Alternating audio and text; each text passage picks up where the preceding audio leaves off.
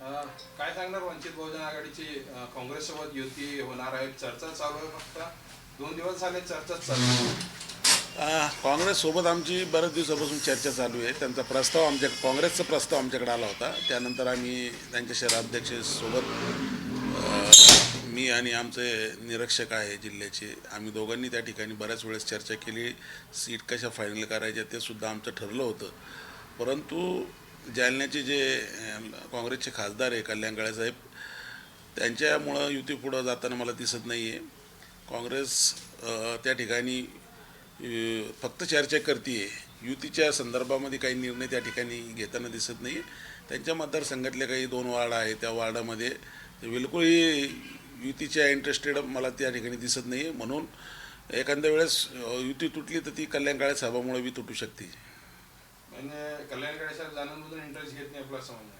हां, सरळ सरळ आहे ना. युतीमध्ये जर आपल्याला युती करायची तर आपल्या एक प्रभाग जर 4चा आहे तर 2 सीट तुम्हाला, 2 सीट आम्हाला. तुमची जर जादाच ताकद आहे तर 3 सीट तुम्हाला, जिथं राखीव येते त्याची सीट आम्हाला मिळाली पाहिजे. आमची बी तिथे त्या ठिकाणी 19,000 SCचं मतदान आहे.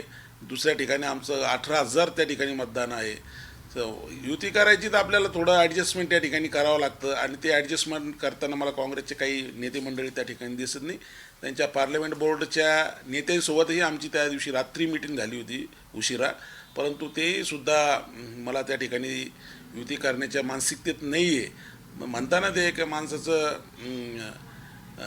हिंदी में कहावत आहे, रस्सी जल गई मगर बल जला बल नाही, व ती कहावत या ठिकाणी लागू होती. खूप ॲटिट्यूड मला त्या ठिकाणी काँग्रेसचा वाटतो आहे, आणि काँग्रेसनं जर असंच वागलं तर या ठिकाणी काँग्रेसचं त्या ठिकाणी नुकसान झाल्याशिवाय नाही. आपल्या सगळ्याला माहिती आहे इथं ताकद कोणाची आहे. या ठिकाणी वंचित बहुजन आघाडीची पण ताकद आहे, आणि बाकीचे जे पक्ष आहेत त्यांची पण ताकद आहे. परंतु वंचित बहुजन या ठिकाणी सॉलिड या ठिकाणी सीट काढल्याशिवाय राहणार नाही.